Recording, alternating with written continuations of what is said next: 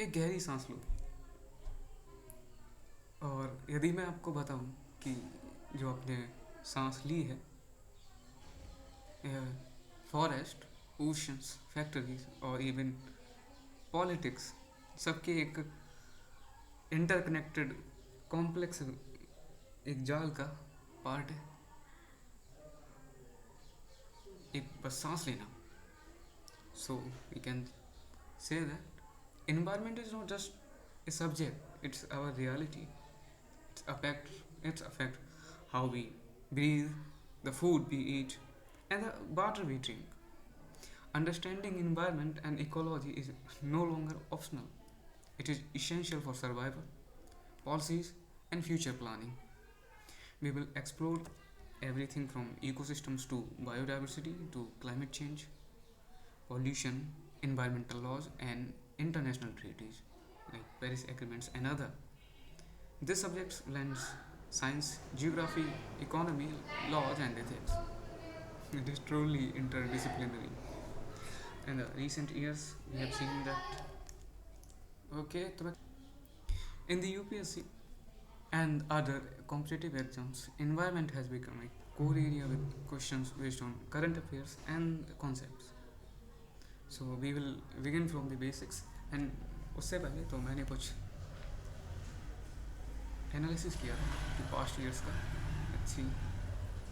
Okay, not this, where it was, okay, in this, no, maths, okay. It is, you go back. So environmental ecology में लगभग 5 से 15 question हमें देखने को मिल जाएंगे, और कुछ यही कॉन्सेप्ट 2022 के बाद से जो है क्वेश्चंस पढ़ना शुरू हो गए। तो यहाँ से इकोलॉजिकल कॉन्सेप्ट में है फूड वेब, बायोडाइवर्सिटी और बहुत सारी चीज़ें आगे हैं। यहाँ पे इफ वी से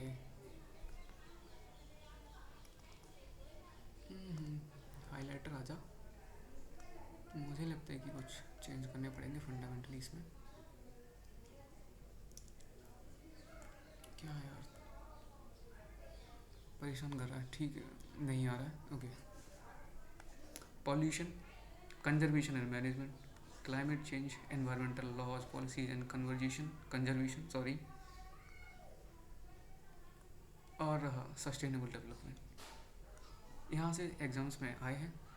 2022 के बाद से इनके क्वेश्चंस जो है नंबर्स में थोड़ा सा बढ़ गए हैं। तो 3 मिनट हो चुके हैं, हमारा इंट्रो हो चुका है। फिर हम चलो आगे बढ़ते हैं फिर यहाँ से अपने एनवायरनमेंट की तरफ। लेट्स सी, इकोलॉजी क्या है। सबसे पहले इस टर्म को कॉइन किया था अपने एक जर्मन साइंटिस्ट थे, अर्नेस्ट हैकर, 1869 में।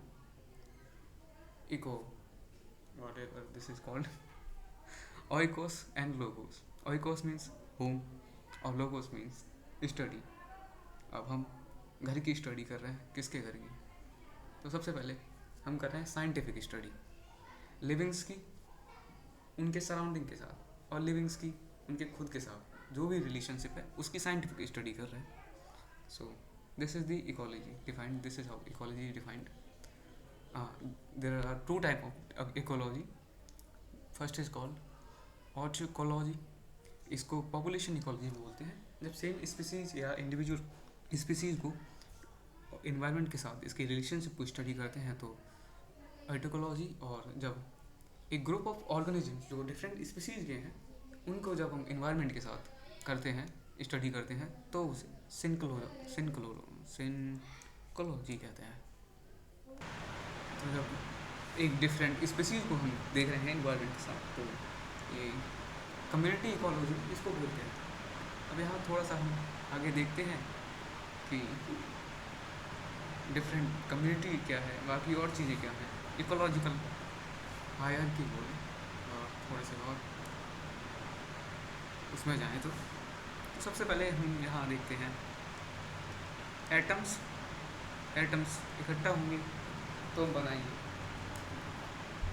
मॉलिक्यूल्स, और मॉलिक्यूल्स बनाएंगे सेल्स बनाएंगे टिश्यूज, आई गेस, और टिश्यूज़ मिलकर ऑर्गन, और बहुत सारे ऑर्गन्स मिलकर बनाएंगे ऑर्गन सिस्टम।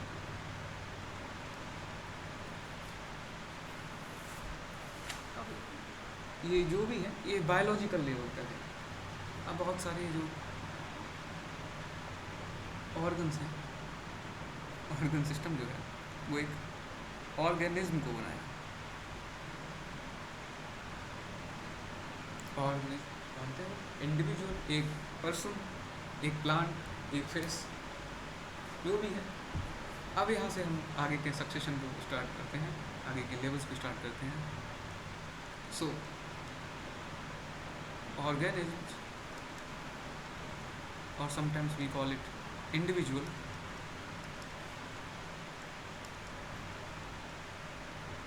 जब डिफरेंट इंडिविजुअल्स इकट्ठा होते हैं तो एक कम्युनिटी बनती है।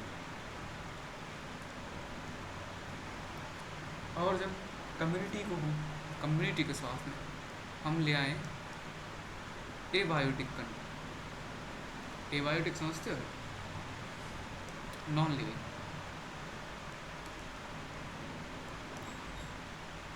नॉन लिविंग एबायोटिक के साथ तब हमारा पास आ जाता है इको सिस्टम। और बहुत सारे इको सिस्टम्स, बहुत ज़्यादा ऊपर चला गया। और इको सिस्टम्स मिलकर बनाते हैं बायो। और जब हम डिफरेंट बायोम्स को एक साथ लेकर आते हैं तब हमारा बनता है बायोस्फीयर। अब धीरे धीरे अगर हम बात समझने की कोशिश करते हैं कि ये अलग अलग टर्म्स हैं क्या,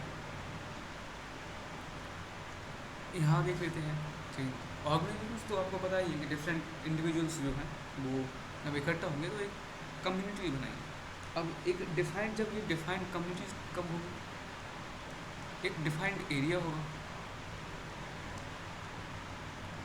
ठीक है, प्लस डिफरेंट स्पीसीज को एग्जिस्ट कर रही है। किस तरह से आप साथ में देखो, नॉन लिविंग भी चीज़ें हैं यहाँ पे।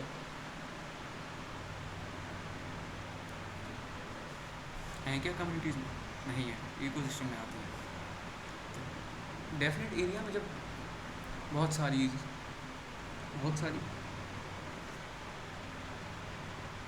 इंडिविजुअल की बात यार पॉपुलेशन में आता, मुझे तो ऐसे लगता है। हाँ, मैंने गलती कर, okay. So here we have some change, honest mistake. So different individual जो होते हैं वो जब साथ आते हैं, जब डिफरेंट इंडिविजुअल जब साथ आते हैं तब वो बनाते हैं एक पॉपुलेशन, उनकी पॉपुलेशन होती है।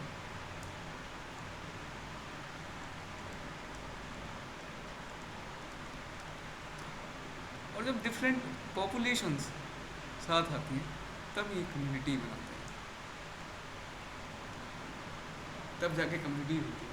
अब देखो बहुत सारी फिश एक तरह की इकट्ठा हुई, वो फिश की पॉपुलेशन कहलाएगी। फिर क्रैब्स आए, वो क्रैब्स की पॉपुलेशन आएगी। अब ये साथ में कुछ ट्रीज रहते हैं जो पानी के अंदर होते हैं, ठीक है, पौधे, वो आए साथ में, तो वो उनकी पॉपुलेशन है। और जब ये तीनों एक साथ एक डिफाइंड एरिया में आए तब ये मिलकर एक कम्युनिटी बनाते हैं साथ में। दो चीज़ें यहाँ पे इम्पोर्टेंट है, एक तो डेफिनेट एरिया होगा, एक साथ में एक डेफिनेट डिफाइंड एरिया होगा, और साथ में क्या कर रहे हैं, ये को एग्जिस्ट कर रहे हैं।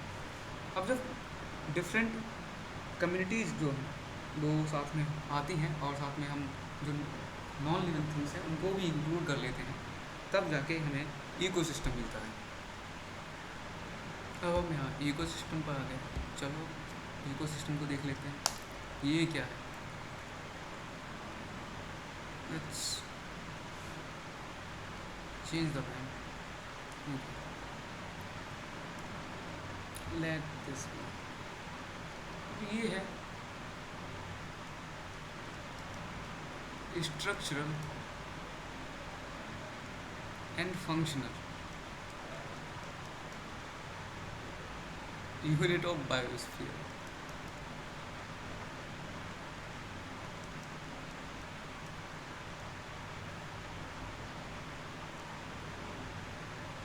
दो चीज़ें साथ में मिलकर आती हैं, क्या क्या?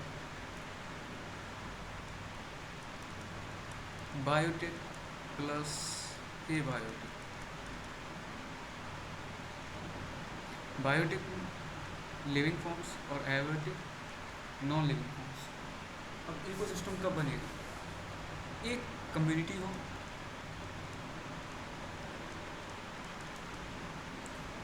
प्लस एबायोटिक कंपोनेंट हो, ये साथ में एक फिजिकल इन्वायरमेंट में हो। हाँ, ये जो कम्युनिटी है जो रह रही है साथ में इसके फिजिकल इन्वायरमेंट से जो इनका इंटरकनेक्शन है, अब ये इसको एक्सचेंज कर रहे हैं, सारी चीज़ें इनके बीच एक्सचेंज चल रहा है मटेरियल्स का, और उनमें इंटरेक्ट कर रहे हैं। जैसे फॉर एग्जांपल मैं बताऊँ कि आपको एक कह सकते हैं पॉन्ड, एक तालाब।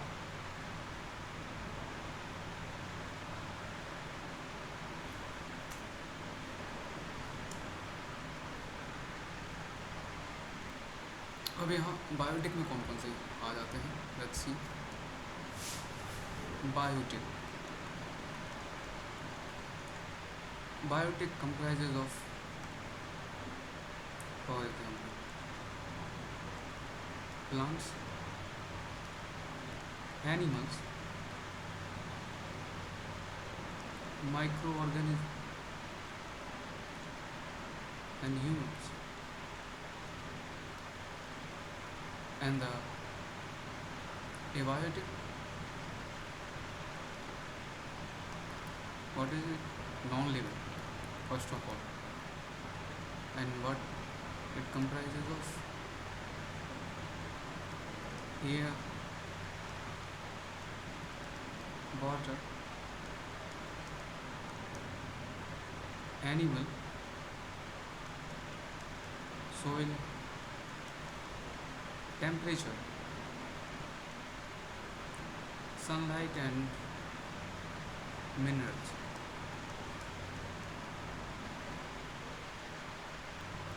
And if I have to sum up it, like I will say that an ecosystem is a functional unit of nature where living organisms, means biotic, interacts with non-living abiotic components of their environment, exchanging energy and materials in a balanced way. Interactions अगर बात करें तो between plants, animals, microbes, biotic and enbiotic. अगर energy flow की बात करें, let's say energy कहाँ से आ रही है? एनर्जी सबसे पहले सन है हमारा, सन से energy I in the form of photons. Okay, अच्छी हाई एनर्जी के फोटॉन्स आते हैं।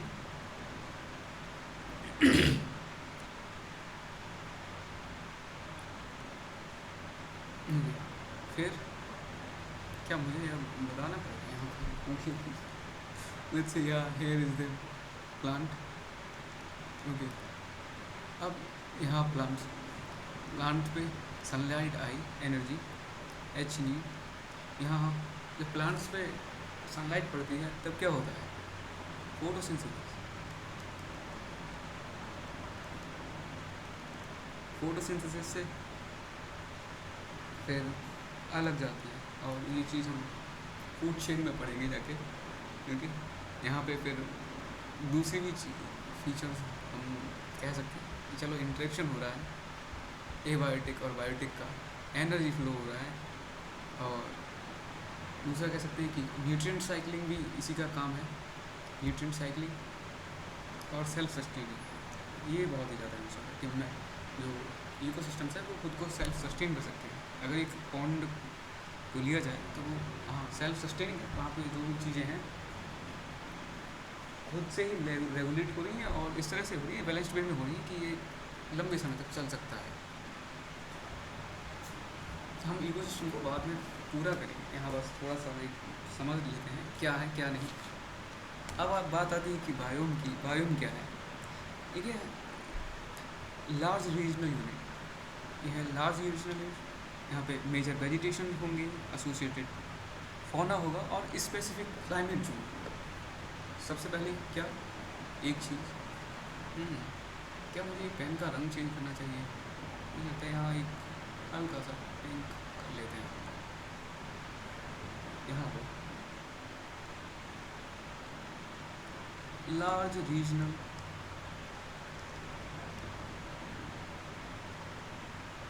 यूनिट क्या है? Large unit.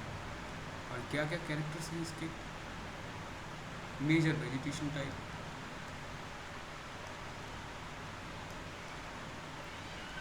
यहाँ का एसोसिएटेड फौना भी होगा। फौना समझते हो? एनिमल किंगडम समथिंग है फौना के साथ, फ्लोरा एंड फौना। और अभी यूएन बोल रहा है कि फ्लोरा और फौना के साथ में इन चीज़ों के साथ में फंजाई भी होनी चाहिए। फंजाई भी सेम फ्लोरा और फौना के साथ में आती है। यूएन ही बोल रहा है, कोई और बोल रहा है? एक बार चेक करके बताओ तो।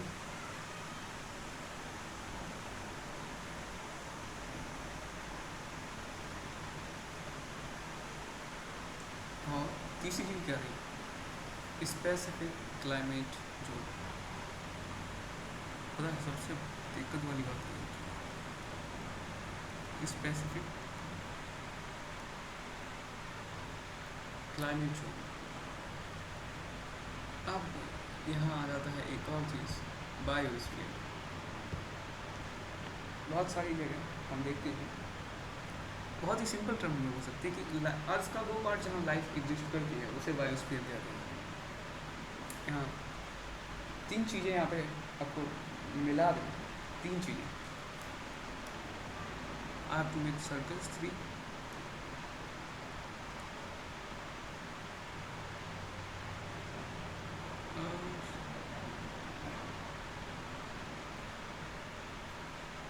ये रहा लिथोस्फीयर। जियोग्राफी में पढ़ा हुआ। यहाँ इसको एटमॉस्फेयर बोल देते हैं, एटमॉस्फेयर।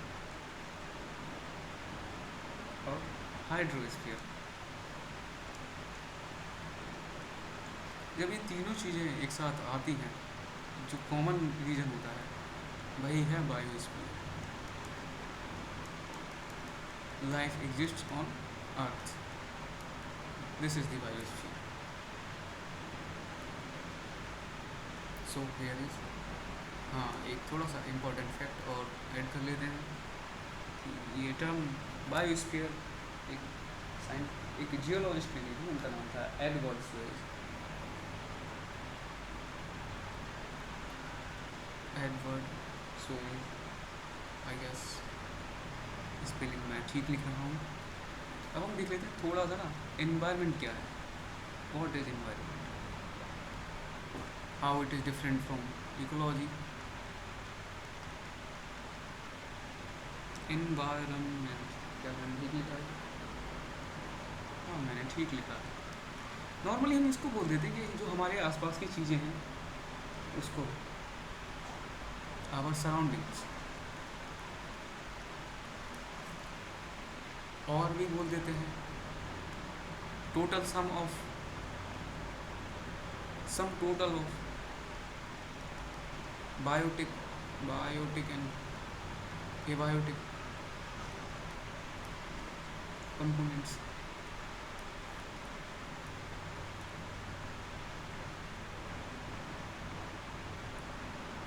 लेकिन हमारे सराउंडिंग में तीन चीज़ें आती हैं, कौन कौन सी?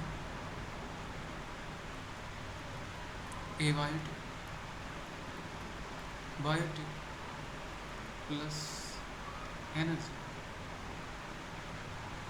सो एक लाइन में अगर बोलना हो, प्रॉपर डेफिनेशन देनी हो, तो इन्वायरमेंट को हम कह सकते हैं कि the some total of all external conditions both living and non living that surround and affect the life development and survival of an organism और ए ग्रुप ऑफ ऑर्गेनिज्म।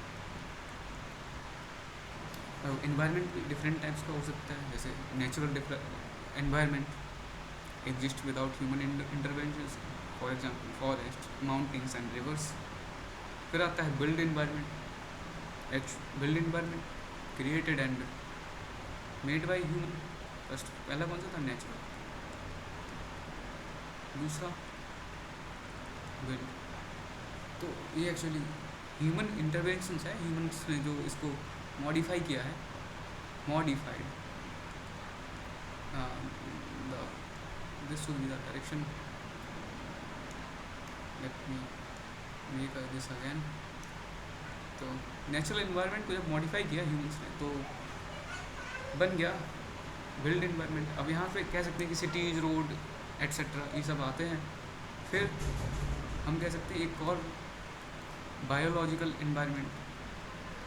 तो इंटरेक्शन अमंग जो ऑर्गेनिजम्स हैं उनके बीच में जो इंटरेक्शंस हो रहा है वो हम कह सकते हैं बायोलॉजिकल इन्वायरमेंट में हो रहा है। जैसे बहुत सारी चीज़ें एग्जिस्ट कर रही हैं, फूड चेन है, प्रेडेशन है, सिम्बोसिस है। अब आता है फिर फिजिकल इन्वायरमेंट। तो ये जो सारे एबायोटिक फैक्टर होते हैं यही जो है फिजिकल इन्वायरमेंट है। Climate, terrain, water bodies. अब थोड़ी सी देख लेते हैं कि इसकी इन्वायरमेंट की इम्पोर्टेंस क्या है। Importance, what does it do? तो supports life. How?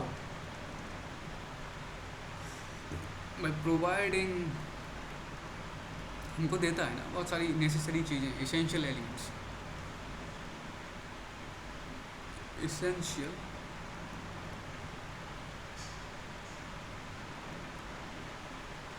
Elements just like air, water, food. दूसरा कहता है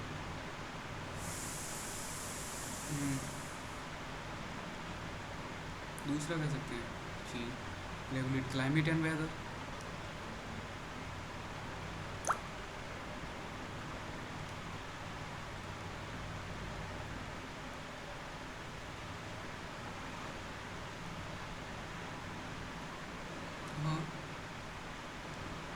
मेंटेन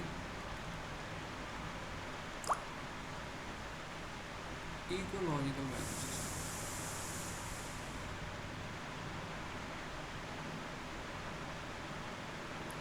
बैलेंस हो गया भाई। ह्यूमंस को भी क्या प्रोवाइड करता है? ह्यूमंस को भी तो प्रोवाइड करता है ना सब, ये सपोर्ट्स लाइफ में। चलो ह्यूमंस को भी और बहुत सारी चीज़ें ऑफर रिसोर्स कर रहा है। रिसोर्सेज हम यहाँ से ले रहे हैं, इन्वायरमेंट से ले रहे हैं। मिनरल्स हैं, फॉरेस्ट हैं, यहाँ से हम क्या ले रहे हैं? टिम्बर ले रहे हैं। फिर गोल्ड सही से निकाल रहे हैं मिनरल से। प्लस ये तो सस्टेनेबिलिटी और ह्यूमन वेलबींग तो है यही साथ में। और अगर कंक्लूजन पे बात कर दें तो कह सकते हैं कि ये सराउंडिंग नहीं, ये कॉम्प्लेक्स और डायनेमिक सिस्टम है जहाँ लिविंग और नॉन लिविंग दोनों आपस में जुड़े हुए हैं या इंटरकनेक्टेड है। और एक में जो चेंज हो रहा है वो पूरे इंटायर सिस्टम पे चेंज ला सकता है। एक चीज़ और देख लेते हैं फिर कि what is the difference between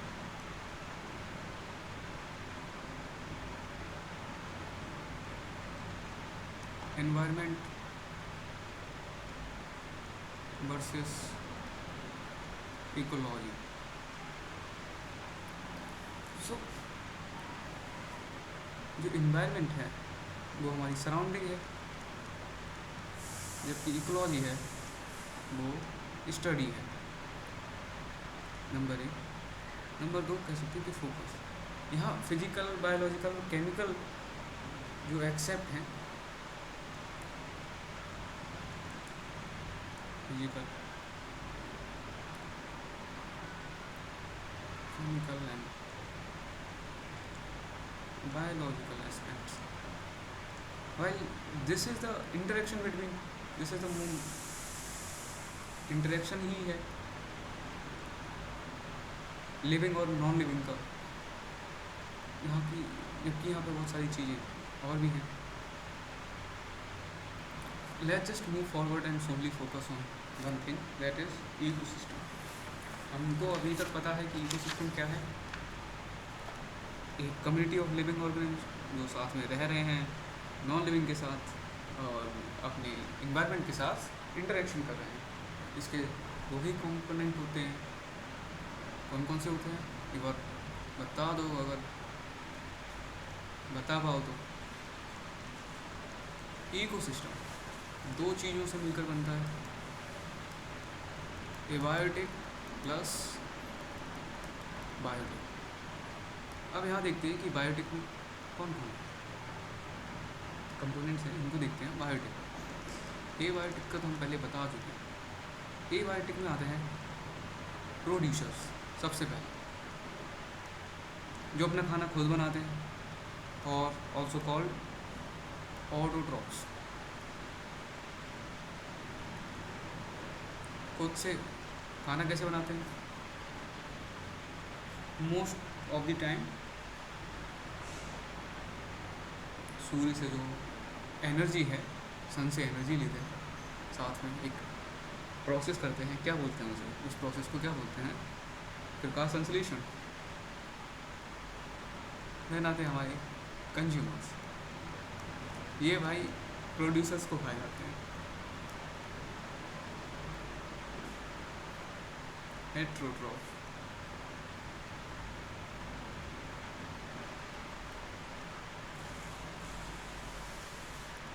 फिर आते हैं हमारे डीकम्पोजर्स.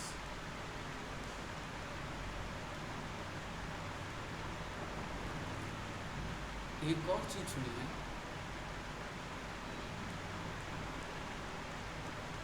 लिटरी बोर्ड्स इन्हें बोलते हैं.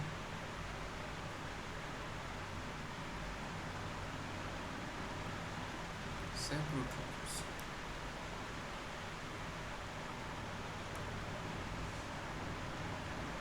एक्चुअली ये थोड़ा सा चेंज है इधर. डेट्राइटिवल्स फ्लो में निकल गया. डेट्राइटिवल्स. प्रोड्यूसर्स को देख लेते हैं. ऑटोट्रॉफ्स.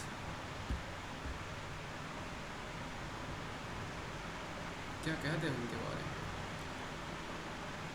कौन है ये?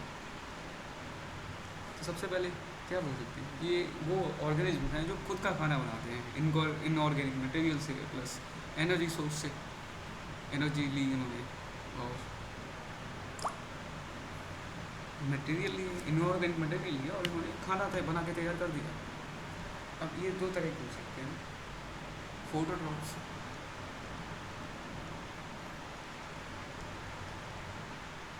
और दूसरे कीमोट्रॉफ्स. फोटोट्रॉफ्स का क्या है? They use the energy from the sun, convert and the carbon dioxide from where? I think I should move this कहीं और करते हैं इसको.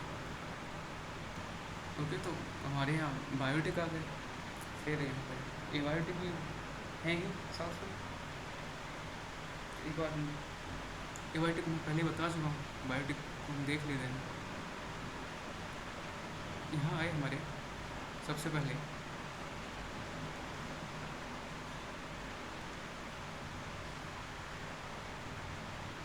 प्रोड्यूसर्स.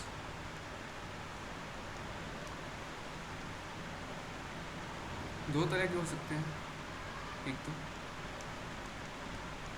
फोटोट्रॉफ्स, दूसरे कीमोट्रॉफ्स. फोटोट्रॉप्स का क्या है, ये हमारा प्यारा सन है, सन वो वाला सन नहीं, यहाँ हमारी पेड़ की पत्ती है, और ये फोटोन है। एच न्यूज़ से दिखाते हैं नॉर्मली, तो यहाँ से सनलाइट आई प्लस इन्वायरमेंट में कौन है, CO2 है, और क्या कर सकते हैं, यहाँ पे एक बहुत ही फेमस रिएक्शन होती है CO2, और नीचे से इन्होंने पानी ले लिया है जड़ों से, अब ये मिलके बना देते हैं एक कार्बोहाइड्रेट। क्या होता है, ग्लूकोज बोलते हैं उसे, C6H12OH प्लस साथ में क्या बनाते हैं जो हमारे लिए इम्पॉर्टेंट है, oxygen. And this is how this reaction look like. Main कौन है यहाँ, H, photon, sunlight,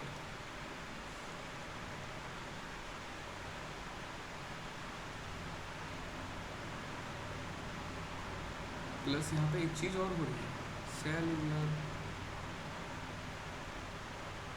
respiration.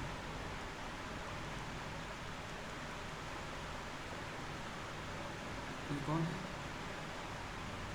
Glucose है, और ये अपनी ऑक्सीजन है, बैलेंस कर ले, 6 आई गेस बैलेंस्ड है। फिर आते हैं कीमोट्रॉप।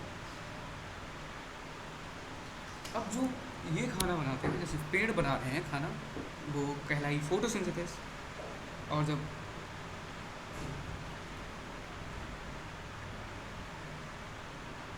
जो कीमोट्रॉप्स होते हैं, जब ये इनकी जो खाना बनाते हैं, इनकी जो प्रोसेस होती है वो कहलाती है कीमोसिंथेसिस, कीमोसिंथेसिस। और कहाँ से होती है, एनर्जी, इनऑर्गेनिक मटेरियल है other, plus carbon dioxide.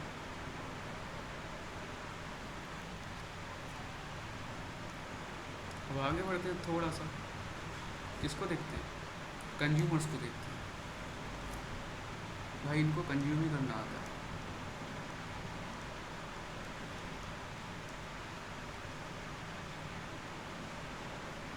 Consumers भी दो तरह के हम कह सकते हैं।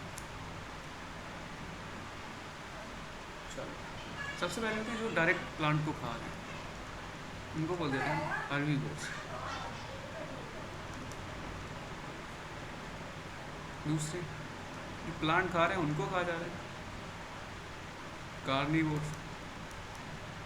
और थर्ड वन है ओमनिवोर्स, जो इन दोनों को खा जा रहे हैं, प्लांट भी खा जा रहे हैं, और तो कौन से जो, for example see, goat, greatest of, I mean no, cow etcetera. अब यहाँ जो है कार्निवोर्स में आ रहे हैं, कौन आ रहे हैं, वोल्फ, लायन, टाइगर। फिर आते हैं हमारे, ये आते हैं ओमनिवोर्स, जो सबको खा रहे हैं, मैन, आई गेस मैन को रख सकते हैं यहाँ पे, बेयर, ये शहद भी खाता है भाई, मैंने तो देख लिया था, पिग। अच्छा तो एक चीज़ और, इनको तो क्या बोलते हैं, इनको हेटेरोट्रॉप्स भी तो बोलते हैं, ऐसा मैं पहले बता चुका हूँ। तो जो हर्बीवोर्स हैं, इनको हम एक क्लासिफिकेशन और दे सकते हैं, क्या दे सकते हैं, इन्हें बोल सकते हैं प्राइमरी कंज्यूमर्स।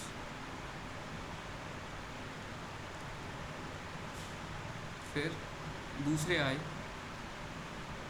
कार्निवोर्स और ओमनिवोर्स हैं, ये दोनों मिलकर बन जाते हैं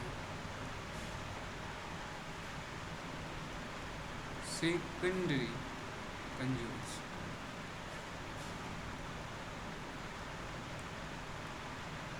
ओके, और टर्सरी भी यही इनमें से कोई एक होगा। वो फूड चेन में, जब फूड चेन हो तब एक बार समझ में आ जाएगा कि कौन सा है। फिर आते हैं आप ये थर्ड वन, थर्ड क्लासिफिकेशन अपनी कौन सी थी? डेट्रीवर्स थे,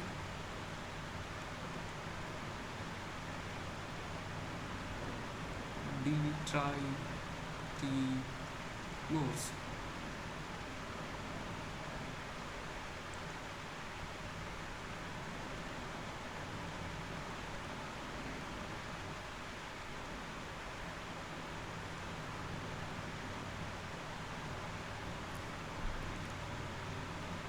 अब ये क्या करते हैं, जो डेड ऑर्गेनिक मैटर है,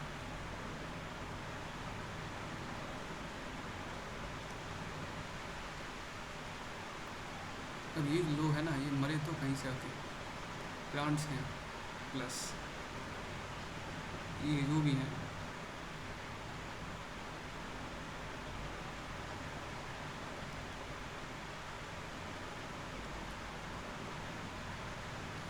ये जो है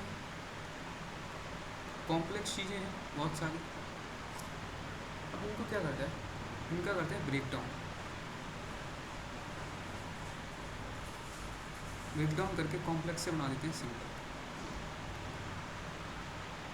फॉर एग्जांपल अगर देखिए यहाँ कि कॉम्प्लेक्स क्या है, CO2 H2O मिलके बने थे समथिंग कॉल्ड C6H12O6 ग्लूकोज, यहाँ कार्बोहाइड्रेट। अब ये कॉम्प्लेक्स स्ट्रक्चर बन चुका है, अब इसको ये फिर से इसको कर देंगे, इसके सिंपल कॉन्स्टिट्यूएंट में इसको वापस मिला देंगे। किसमें मिला देंगे, जो स्पेसिफिकली जो मिलाएगा उस पर डिपेंड करेगा। तो आते हैं कि ये एक्चुअली इसको ना डाइजेस्ट करते हैं। क्या करते हैं, डाइजेस्ट किसे करते हैं, ऑर्गेनिक मैटर को, जो भी है। और फिर क्या करते हैं, physically break down.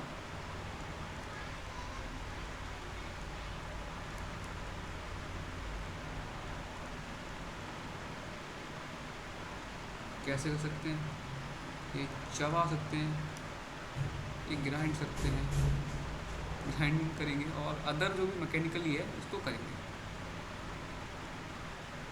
Internally digest करेंगे। हाँ ऐसा कर सकते हैं कि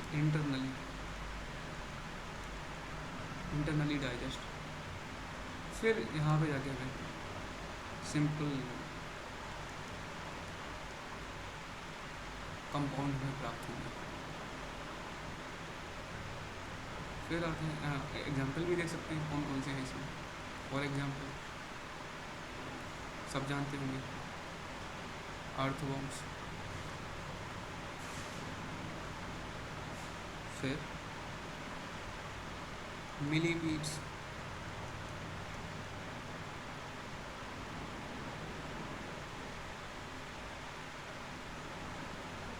गुड लाइस, डंग बीटर, स्नेल्स एन कंसिडर करना है इसे। हाँ कुछ फ्लाइज भी हो सकती हैं, क्लब और क्रैब्स, लॉबस्टर्स एटसेट्रा। बहुत लंबी चीज़ है। फिर हम बताए थे एक और, कौन सा बताए थे, डीकम्पोजर्स।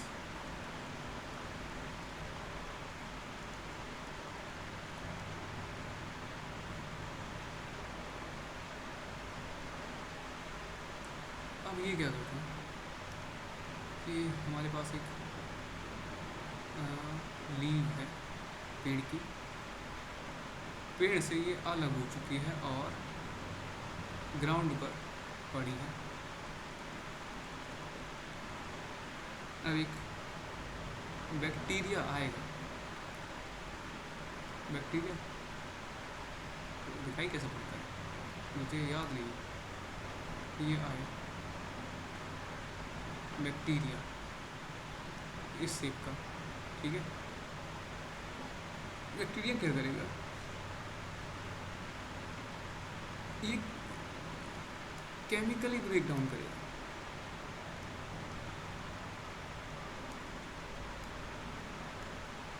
हाउ,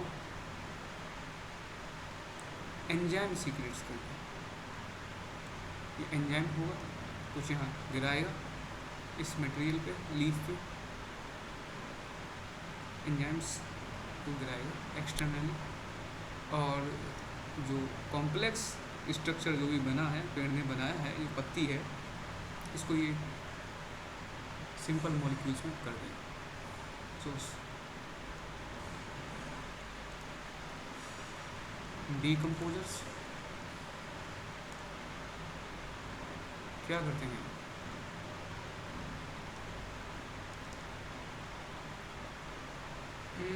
थोड़ा सा ना चेंज करते हैं। हम बोलते हैं यहाँ होगा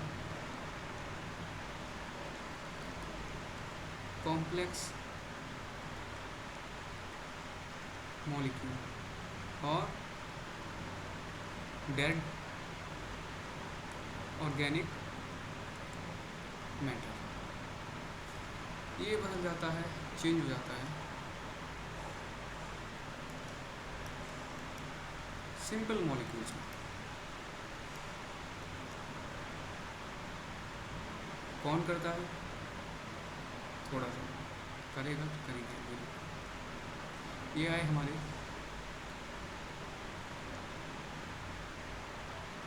डीकम्पोजर्स, कैसे करेंगे,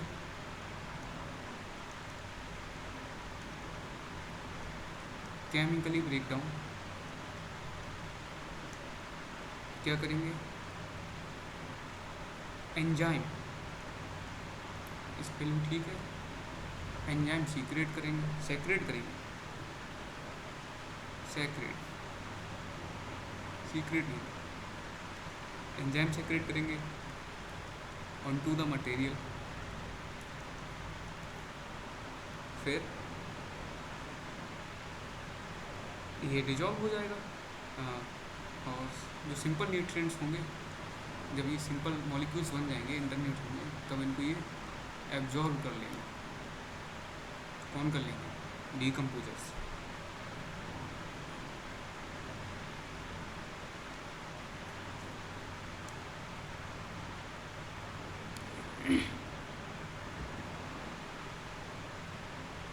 एग्जाम्पल कौन हो सकती है इसके,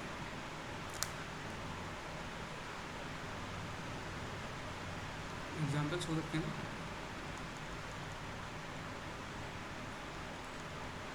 बैक्टीरिया,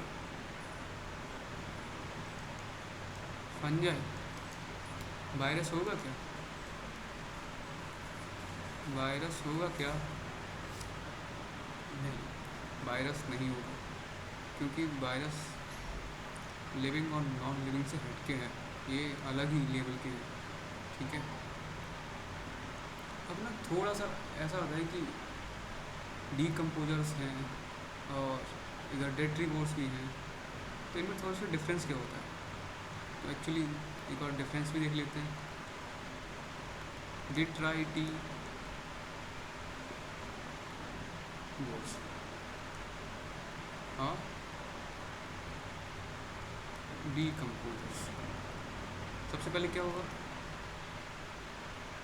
ये इंजेस्ट करते हैं और फिजिकली ब्रेक डाउन करते हैं, मैकेनिकली, फिजिकली स्लैश मैकेनिकल। एक और चीज़ कह सकते हैं इंटरनल।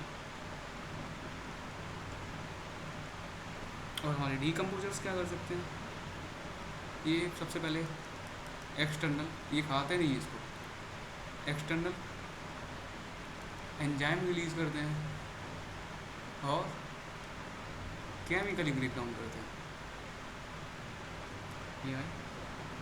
यहाँ पे हो सकता है कि इंटरनल डाइजेशन है और यहाँ पे एक्सटर्नल जो भी एक कॉम्प्लेक्स मॉलिक्यूल है उसको ब्रेक डाउन किया, और जब सिंपल मॉलिक्यूल्स बने उसके और उनको ऑब्जॉर्व कर लिया। ये है। अब ऐसा होता है कि कोई ऑर्गेनिक डेड मैटर है,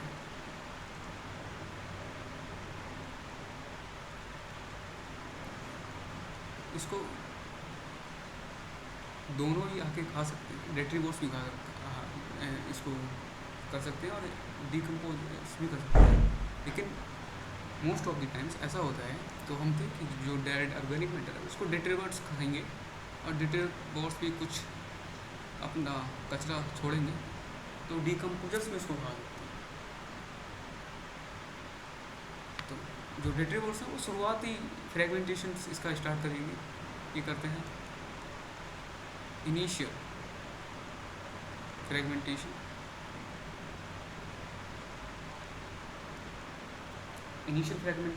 और फिर इसको बाद में डिकम्पोजर्स आ गए, इनका काम तमाम कर देते हैं सिंपल न्यूट्रिएंट्स में। अब यहाँ हमारे ये 3 चीज़ें हो चुकी हैं। अभी हम बायोटिक के प्रोड्यूसर्स में जो है यहाँ पे थोड़ी सी आएंगे एक और चीज़ को लेकर। सबसे पहले एक और चीज़ देख लेते हैं, अभी आ सकते हैं हैबिटेट।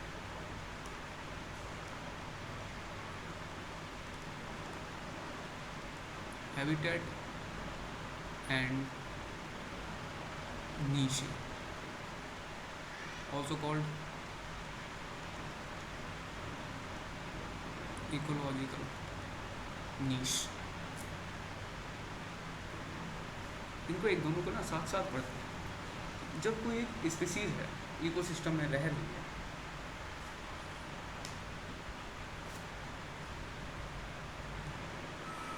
सो हैबिटेट के बारे में अगर हम बात करें तो ये सिंपली है प्लेस वेयर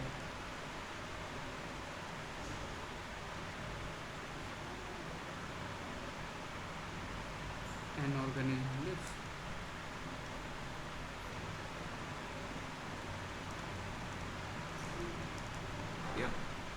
मैं जाऊँ और जाता हूँ तो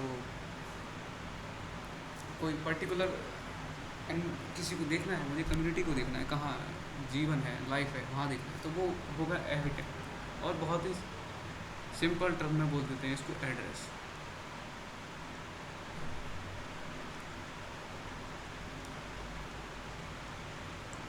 एड्रेस नहीं, ऐसे नहीं लिखते, गंदा लग रहा।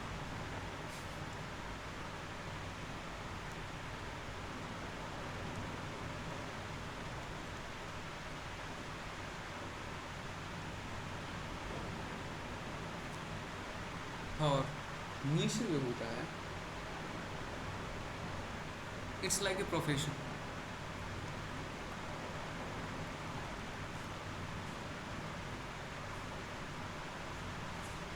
Profession of organism.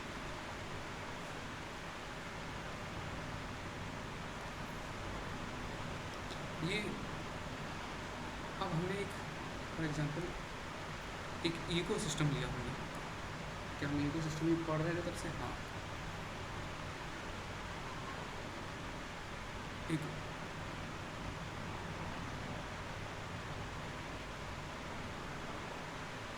एक हमने इकोसिस्टम लिया,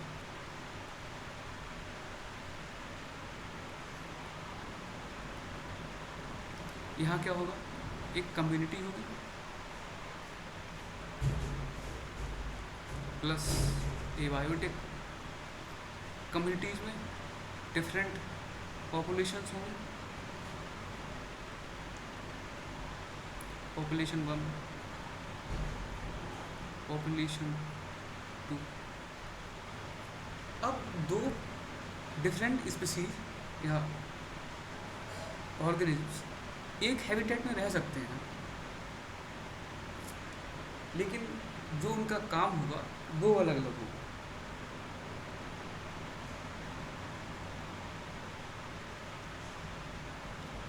अब पॉपुलेशन 1 ये दो तो एक साथ इस में रह रही है, लेकिन जो इनका काम होगा वो दोनों का अलग होगा, दोनों का प्रोफेशन अलग होगा। और कह सकते हैं कि जो नीश होता है एक हैबिटेट में लॉन्ग टर्म के लिए जो है प्रोफेशन है, जॉब और लाइफ स्टाइल भी कह सकते हैं, ठीक है।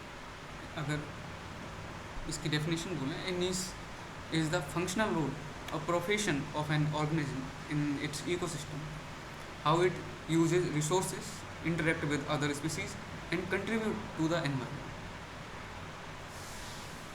So एक बात और थोड़ा सा कर सकते हैं, इम्पोर्टेंट है,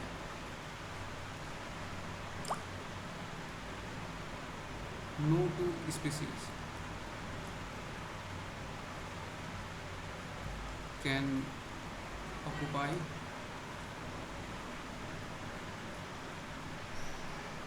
same niche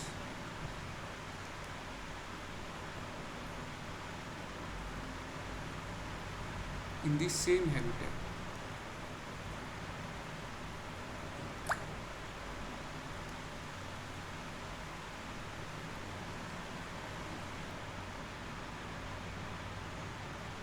So in the same habitat for a long period of time.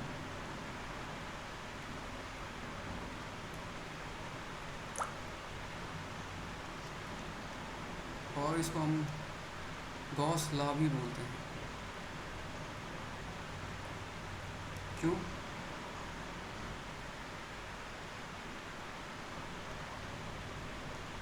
One and two same habitat में रह रहे हैं और दोनों का एक ही है। मान लो ये दोनों प्रेडेटर्स हैं। अब ये दोनों जब प्रेडेटर्स हैं तो रिसोर्स के बंटवारे के लिए इनके लिए रिसोर्स की कमी पड़ जाएगी और इनमें हुई लड़ाई, और यहाँ स्टार्ट होगा कंपटीशन। और कंपटीशन के बाद इनमें से एक को जाना ही पड़ेगा। जब एक चला जाएगा तब ये इसका नीशे हो जाएगा। हाँ, अब यहाँ तक हमने इकोलॉजिकल नीशे कर लिया। हाँ, आगे बढ़े, आगे देखते हैं कि type of ecosystems, different type of ecosystems.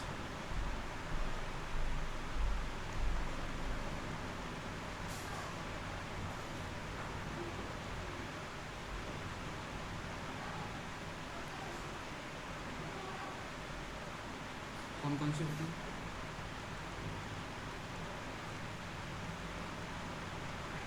Terrestrial, दूसरा एक्वाटिक, एंड देन ट्रांजिशन। इनके एग्जाम्पल्स हम कह सकते हैं for example tundra, taiga, temperate forest etcetera. यहाँ भी होते हैं एक्वाटिक में। इसको हो सकते हैं कि एक तो होते हैं पहला एक्वाटिक का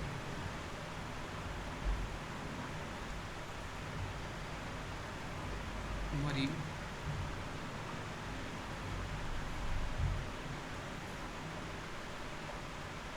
फ्रेश वाटर।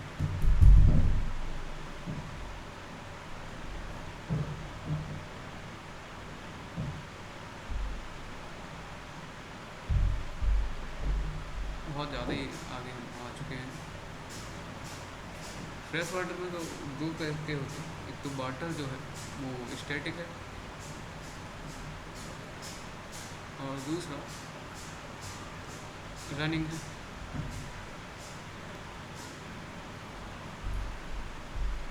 तो स्टैटिक होता है, इसको बोलते हैं लैंटिक, और जो रनिंग है वो फ्लोटिंग। मुझे कुछ ऐसे याद रहता है कि थोड़ा सा भूल जाते हैं। एक होता है लोटा,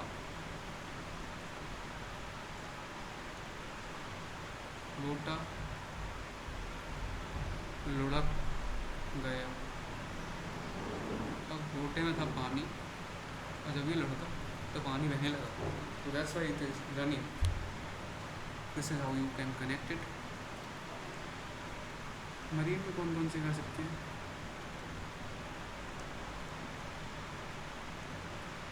ओपन ओशंस, दूसरा डीप सी,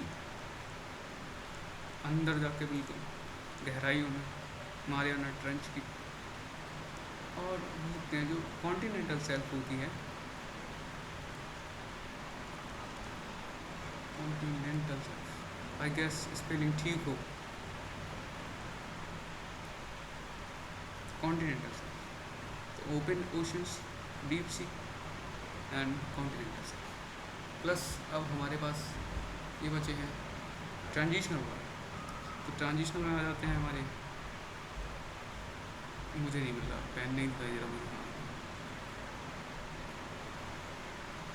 अपने बैटलैंड्स, ईस्टर्न,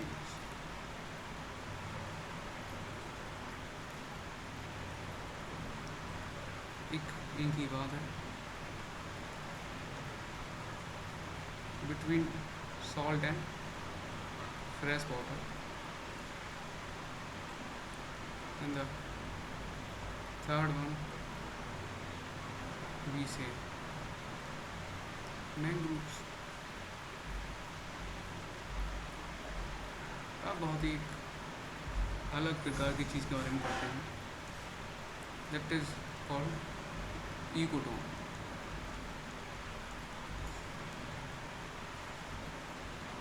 ई है क्यों नहीं?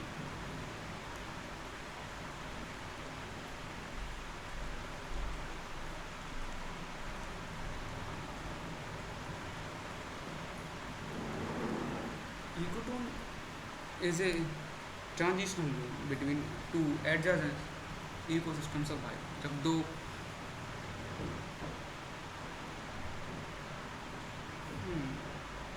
हम यहाँ दिखाते हैं, एक ये इकोसिस्टम है और दूसरा एक ये इकोसिस्टम है। अब जब ये इको 1 और इको 2, अब यहाँ की इनकी जो बाउंड्री है वो मर्ज हो जाती है, लाइक धीरे धीरे।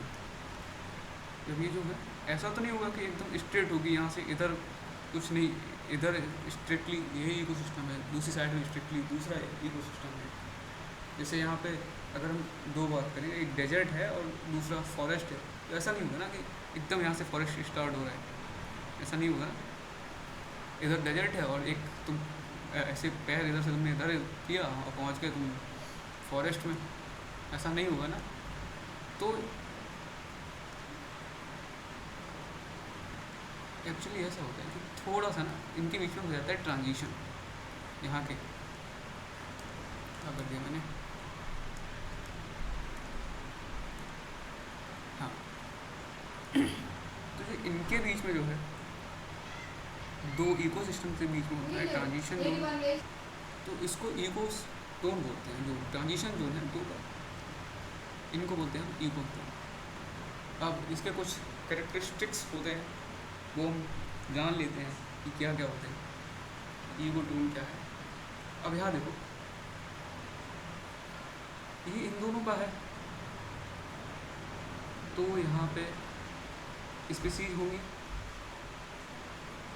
कहाँ से, दोनों इकोसिस्टम से होंगी, नहीं होंगी, होंगी दोनों इकोसिस्टम। अब जब ये दोनों स्पीसीज होंगी यहाँ पे, इकोसिस्टम 1 से भी होंगी और इकोसिस्टम 2 से भी होंगी, तो इस एरिया में ना नंबर ऑफ स्पीसीज जो होगा वो ज़्यादा होगा।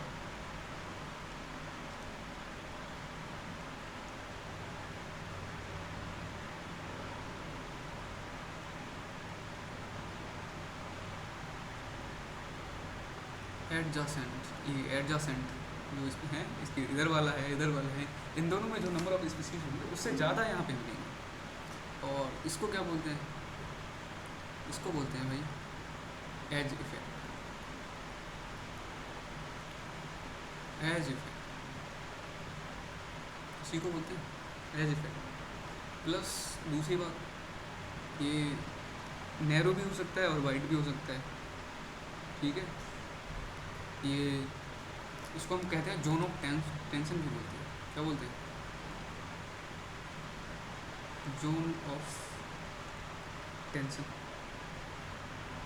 और ऐसा भी हो सकता है कि यहाँ पे न्यू स्पीसीज भी मिले, न्यू स्पीसीज भी यहाँ मिल सकती है। समझ रहा हो? ऐसा होता है ना कि चलो यहाँ से आए, ये ऐसा मान लेते कि ये वाटर है इधर और ये लैंड है इधर, तो यहाँ तो स्ट्रिक्टली वाटर में रहने वाले होंगे और यहाँ स्ट्रिक्टली लैंड में रहने वाले होंगे। बट यहाँ मिल जाएंगे तुम्हें एम्फीबियंस, जो पानी में भी रहते हैं और लैंड पे भी रहते हैं, दोनों जगह ऐसा। अब कुछ और बातें भी जान लेंगे कि क्या इंपॉर्टेंस है इनकी। मेरे पास नंबर ऑफ पेन रिस्ट्रिक्टेड हैं इसमें। तो पहले क्या मिलती है यहाँ? डाइवर्सिटी। फिर मिलती है ग्रेट वैरायटी। एक ही बात है क्या? मतलब बता मैं रहा हूँ, पढ़ा मैं पूछ तुमसे रहा हूँ। ये गुड नेस्टिंग पॉइंट्स भी होते हैं। प्लस बहुत important buffer zone. Buffer zone इस इकोसिस्टम से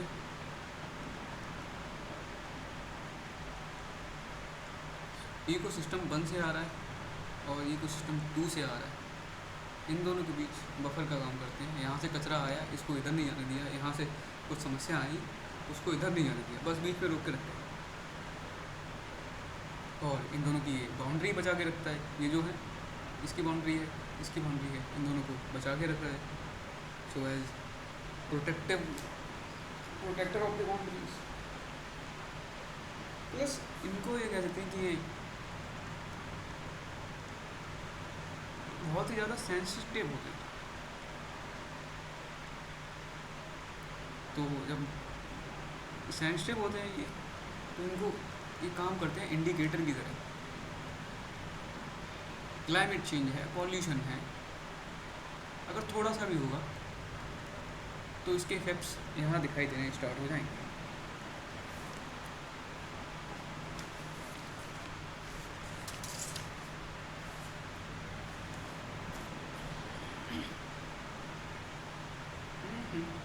माई पेन। इसके साथ साथ बस हम आज का आखिरी पढ़ते हैं टॉपिक, इको क्लाइम।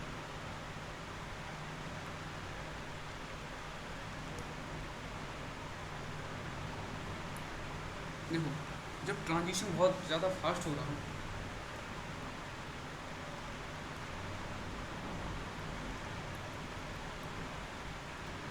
अब फास्ट ट्रांजिशन का जब जब ट्रांजिशन फास्ट है ना, तो एक चीज़ होगी, फास्ट ट्रांजिशन एक छोड़ देते हैं कि ऐसा बोलते हैं कि ग्रेजुअली हो रहा है, ठीक है। कैसे हो रहा है? Gradual and continuous change in A particular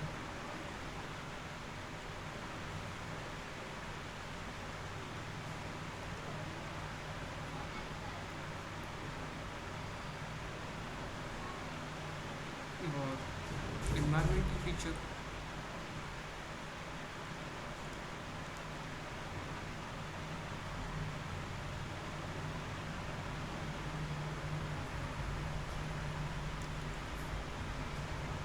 along a geographical gradient or environmental transition।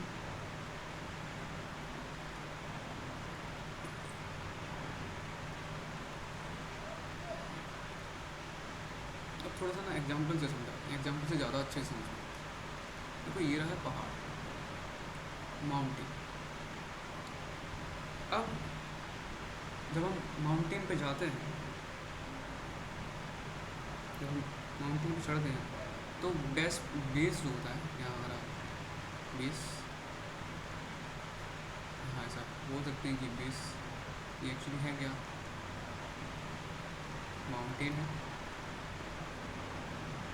Base है, प्लस थोड़े से यहाँ पे माइल्ड स्लोप आएंगे, मतलब बेस ये नहीं, ये वाला बेस, ये बेस इधर बोल रहा हूँ, इसको नहीं, फिर यहाँ से हल्का सा ना ये स्लोप आएंगे, माइल्ड स्लोप्स, फिर ऊपर पहुँच जाते हैं टॉप पे।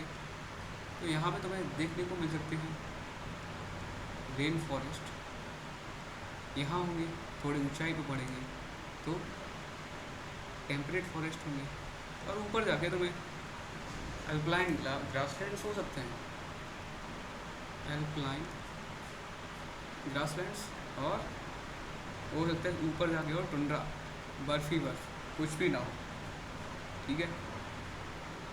अब यहाँ 3-4 करेक्टरिस्टिक कह सकते हैं। जब ग्रेजुअल चेंज हो रहा है तो नो शार्प बाउंड्री,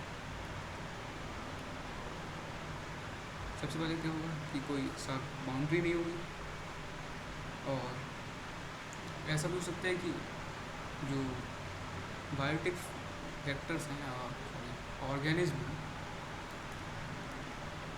में अडेप्ट, अच्छा अडेप्ट क्या होता है ये भी तो बताना होगा, और इकोलॉजिकल वेरिएशंस भी हमको देखने को मिल जाएंगे। तो ये रहा इको, यहाँ पे बहुत सारी एकदम से तेज़ी से हो रही है ना चेंज, सो ये चेंज जो है वो फास्ट है बट ग्रेजुअल है, क्या मैं ठीक बोल रहा हूँ? Gradual means no sharp boundaries, actually मैं बोल रहा हूँ शार्प बाउंड्री नहीं है, यहाँ से बस पहुँच गए, तुम पहुँच गए पता नहीं चल रहा एकदम से होगा।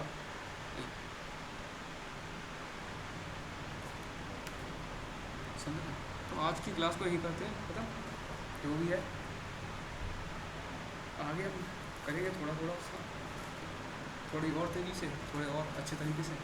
मैं सोच रहा हूँ कि पहले अच्छे से नोट्स बना लूँ फिर उनको ठीक से करते हैं। चलो।